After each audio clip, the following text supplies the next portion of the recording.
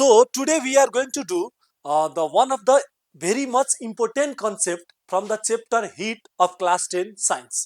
एकदमै important concept छ that is the specific heat capacity र यो हाम्रो हिट च्याप्टरमा छ क्लास 10 साइन्समा। यो स्पेसिफिक हिट क्यापेसिटी एकदमै राम्ररी बुझ्नुपर्छ तपाईहरुलाई, किनकि यहाँबाट तपाईलाई टर्मिनल एक्जाम होस् या एसई को एक्जाम होस् या एकदमै इम्पोर्टेन्ट यो एकदमै इम्पोर्टेन्ट कन्सेप्ट छ। यो तपाईलाई थाहा हुनुपर्छ एकदमै स्पेसिफिक हिट क्यापेसिटी भनेको के हो। So without wasting time let's understand first what is specific heat capacity. So today our topic is specific heat capacity भनेको के हो, स्पेसिफिक हिट क्यापेसिटी र त्यसको आज हामी के गर्छौं एक दुईवटा न्युमेरिकल पनि म तपाईलाई भनिदिन्छु कस्तो टाइपको तपाईलाई के भन्छ प्रब्लमहरु सोध्न सक्छ है। म यो पनि तपाईलाई अहिले म डिस्कस गर्दिन्छु। क्लियर छ? Okay, so now specific heat capacity भनेको के हो? स्पेसिफिक हिट क्यापेसिटी भनेको amount of heat required, amount of heat required के हो? Amount of heat required to raise the temperature, to raise the temperature, to raise the temperature of 1 kg mass, of 1 kg mass by 1 degree Celsius, by 1 degree Celsius। Specific heat capacity भनेको के हो कि 1 KG मासलाई 1 degree Celsius सम्मको टेम्परेचरमा लग्न कति heat चाहियो है। 1 केजी को मासलाई 1 डिग्री सेल्सियस को टेम्परेचरमा लग्न कति हिट चाहियो।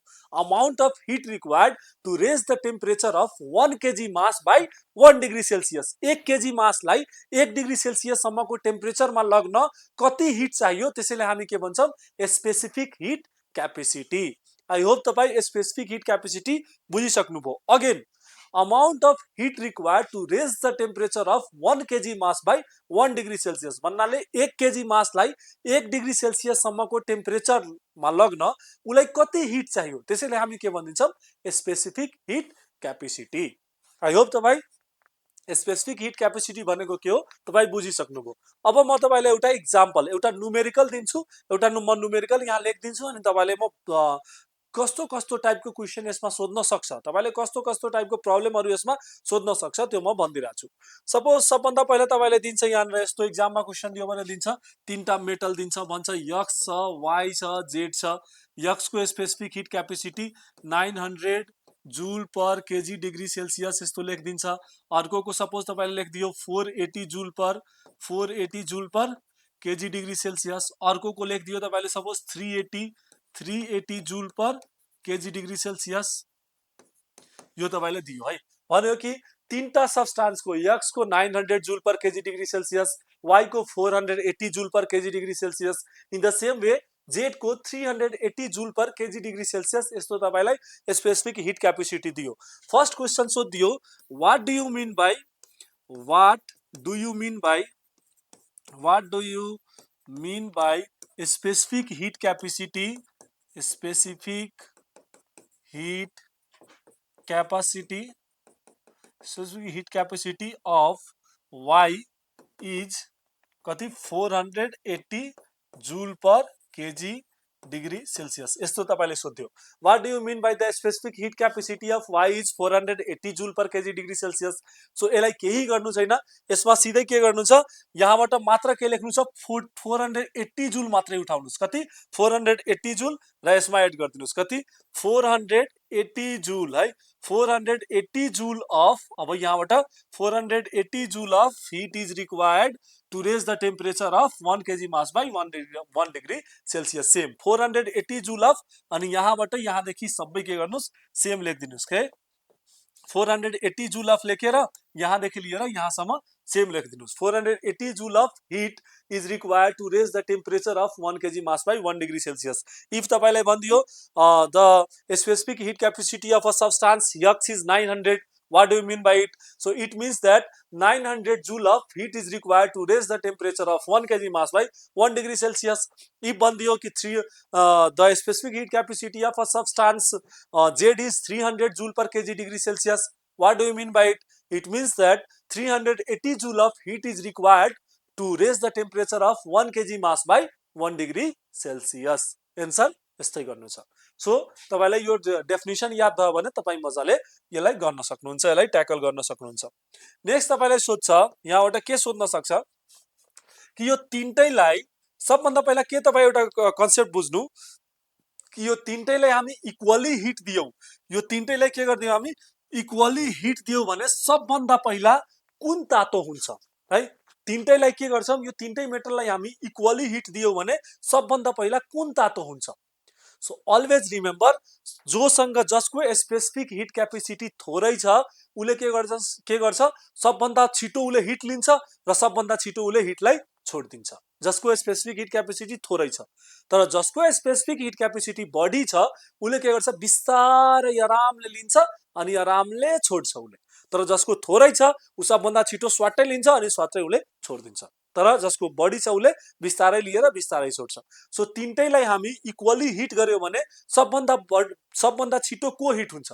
सो सबभन्दा छिटो जसको स्पेसिफिक हिट क्यापेसिटी के छ थोरै छ त्यही के हुन्छ हिट पनि हुन्छ र सबभन्दा के भन्छ छिटो यो कुल पनि हुन्छ, किनकि यसको स्पेसिफिक हिट क्यापेसिटी के छ थोरै छ। रिजनमा के लेख्ने, the specific heat capacity of substance Z is lace compared to other substance because specific heat capacity is inversely proportional to change in temperature। के लेख्ने रिजन में specific heat capacity is inversely proportional to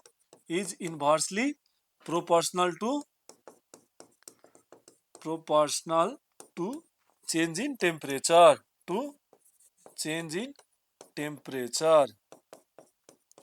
temperature के लेख्ने यस्तो relation राख्दिने है 1/dt अनि यसलाई के गर्दिने एक्जाममा लेख्दाखेरि पेन्सिलले हाइलाइट गर्दिने। सो के भयो यहाँनिर स्पेसिफिक हिट क्यापेसिटी के भयो यहाँनिर,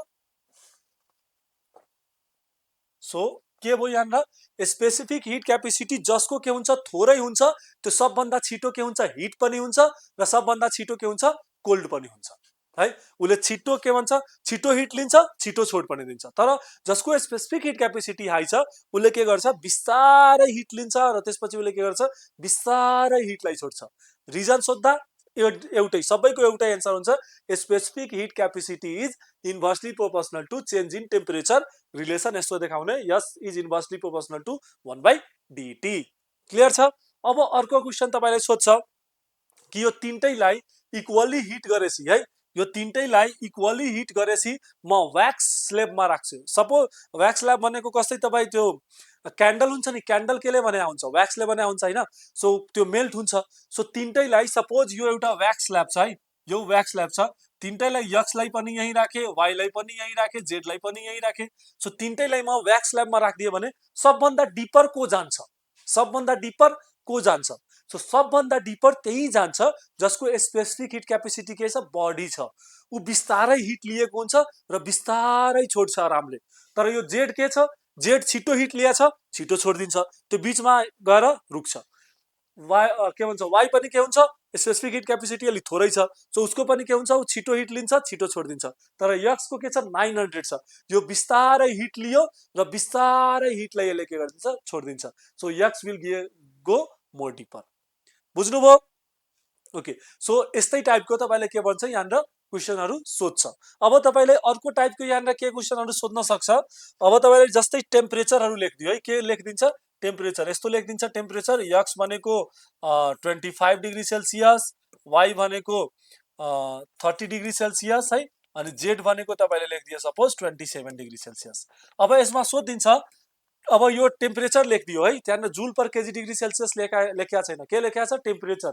सो तपाई के याद राख्नु होला यसमा जसको टेम्परेचर सबभन्दा बढी छ, जसको टेम्परेचर सबभन्दा बढी छ उसको स्पेसिफिक हिट क्यापेसिटी के छ लो छ, किनकि जसको स्पेसिफिक हिट क्यापेसिटी लो हुन्छ उलाई के हुन्छ टेम्परेचर उसको बढी हुन्छ। क्लियर छ।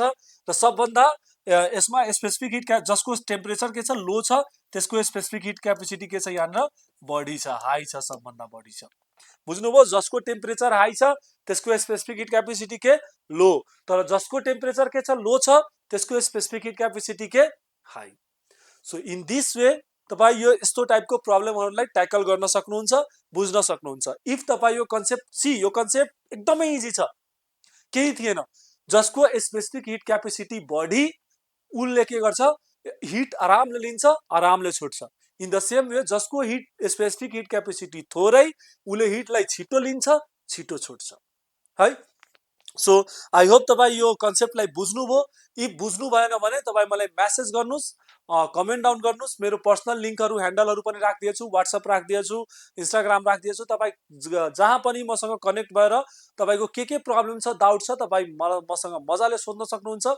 इफ फेरि बुझ्नु भएन भने फेरि पनि भन्नुहोस्, म फेरि पनि भिडियो लिएर आउँछु, फेरि तपाईँले सिकाउँछु। Because I am always there to teach you. साइन्समा केही प्रब्लम लिनु पर्दैन, I am always there with you all. So आजको लागि यो तपाईँ स्पेसिफिक हिट क्यापेसिटी गर्नु, केही प्रब्लम छ भने मलाई डाइरेक्टली विदाउट एनी हेजिटेसन मलाई डाइरेक्टली तपाईँ मेसेज गर्नु। हस् त, थ्याङ्क यू फर टुडे।